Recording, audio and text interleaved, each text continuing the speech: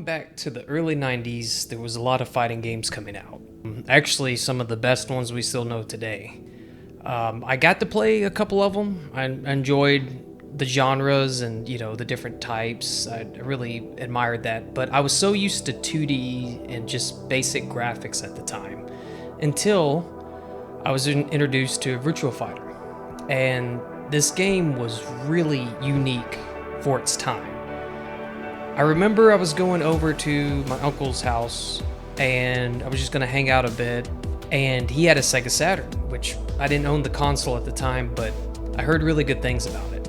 And he had quite a few games at the time I was playing, and he had to go somewhere and I was just left alone. He's like, hey, you can play whatever you want. I'll be back. I was like, okay. So I went through his collection and I found this game, Virtua Fighter. And what I really, really enjoyed about it was it had 3D graphics and you could move all around the ring instead of just across from each other. Also, the characters were very unique looking. I mean, it was like polygons at the time. It was simple graphics, but everybody was very different looking. It was just characters I wasn't used to seeing. And the stages looked really cool too. The backgrounds looked kind of realistic for that time period. And I don't know, just the cartoon feel wasn't there. Now, in retrospect, I got to give this thing credit because I played a lot of fighters and this one operated in a very different way. The combos were very unique. The movesets, even the grapples, were pretty cool. And it was just being introduced to something that I've never done before, and something that was kind of new. I know a lot of the Sega games, it's kind of funny, they had like that polygon look. And even though today I look back and I kind of laugh, but it was different for the time. I mean, that game, and I think it was Virtual Cop, and actually Daytona USA had all that same kind of look to them. But it never took away from the gameplay to me. It's like that wasn't the driving force. I was more involved in like the flow and the feel of how the game performed. Using the Sega Saturn, it was kind of a curve too, because I remember the button format's different. They had quite more few buttons than like my Super Nintendo would and stuff. Also, I think this is the first time I used something that had a disc, because I was so used to cartridges. I was a big Nintendo fan, so I was exposed to something kind of new there, and I believe this before I even played PlayStation. PlayStation was going, or it was. I just wasn't, used to it. It was kind of hard to get used to because of that 3D aspect to it. And in the rings, a lot of time they were like square shaped. So one thing I've never been exposed to was a ring out. And I thought, wow, that's kind of crazy. I got to watch my footing. It gave a little bit more intense feel to this game because you had to know when you were on that edge, because, I mean, if you either walked out yourself or your opponent threw some kind of wild kick or punch, you could go flying out, and that's the round. It didn't matter what your health bar was at. So I wasn't used to that. I was used to just, you had to have the hits done to lose or had so much damage done.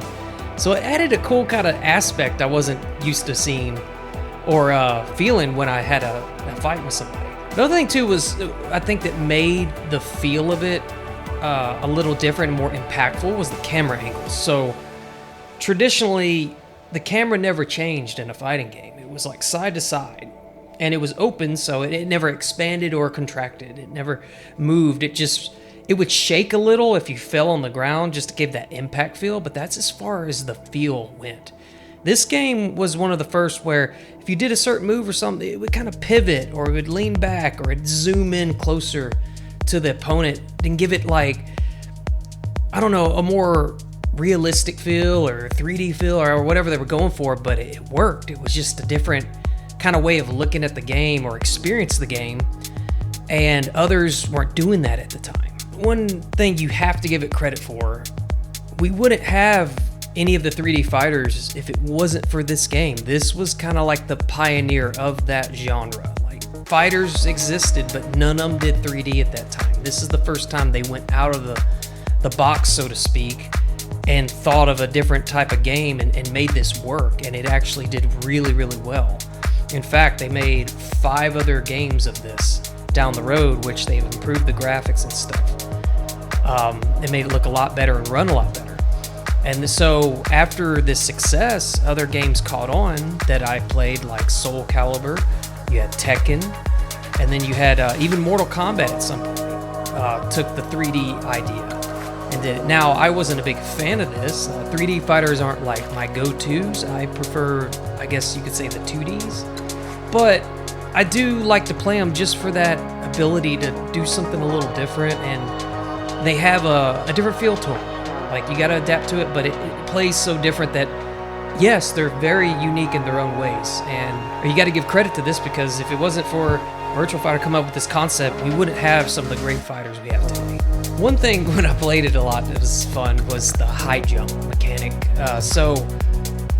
You had to be really careful with this, because it could really expose you, or you could fly out of the ring, and you had to time the jumps. And that's another thing that was very different about this, because most games and fighters, when you jump, it's about the same amount of air, so to speak, you would get when you were either coming down doing an elbow drop, or you were, jumping in for a drop kick, or whatever your character was going to do. This game was a little different, because sometimes, I guess depending on how much pressure you put on the D-pad or how long you hold it, the character will go soaring through the air. And it's kind of funny to me, as it was almost like gravity was toned down, because these people would sail across the arena, and you had to be careful, because you would fly over your opponent, or you would mistime the jump, and you wouldn't make contact with it. But that was a really big learning curve for me. It was like all or nothing, because once you got so high up in the air coming down, your opponent read it. I mean, all they have to do is block and throw you, or really punish that. So you had to be really weary how to time your jumps. And that was something that was very different in this game that I wasn't quite used to when it came to fighters. I'm not sure how many characters exactly were in this, but it wasn't too many. And I think at that time, a lot of the fighters had anywhere from like 8 to 12, I think, max on their rosters, which now it's insane. I think we go 20 plus easy, especially as a game age gets higher. They just keep adding more and more, and now it's getting so crazy that they're just throwing guest people in there that have nothing to do with the game, which I don't agree, but that's a topic for another day. This game, I think, had about 8 people, I think, roughly. I wasn't too familiar with the names of the characters, but I just call them whatever. The guy looks like an Indian, and that guy looks like... I think one dude was kind of cool. He did have an Indian kind of look, or the war paint, so to speak, on his face, but he had some really cool grapple moves. And I can see Tekken taking this and kind of giving this to King in a way, because he was really known from like doing some wrestling-like moves. I think one of them was like a powerbomb type move he could do. And then as this character was in the game later, they just kept giving him more different type of grapple moves, and I enjoyed playing as him. But the one that I liked the most, that I think was kind of cool, wasn't the original guy on the box, but it was the ninja character. The reason I like the ninja is just because at that time I was a huge fan of the Mortal Kombat games, and they were getting popular. But Scorpion, Sub-Zero were like some of my go-to characters. I like ninja movies, like anything with a masked person, And having him in it, I was just like, he just kind of looks cool. And his moves were really unique, and he was kind of fun to play with as well. He took a little time to get used to, but he pulled off some pretty crazy maneuvers if you knew what you were doing, and that's what made him kind of fun. Some of his kicks and spirals. I remember he had one where it made no sense to me. If you jumped really high and you landed, he would do kind of like a headbutt to the guy. But if he missed, he literally fell on his neck, and it looked like he breaks his neck, but he gets like right back up. And I always thought that was kind of funny animation. The last thing I'll probably say about this is I did make it to the final boss. It took a while because, like I told you, this learning curve for me. I didn't have a lot of time to play the game.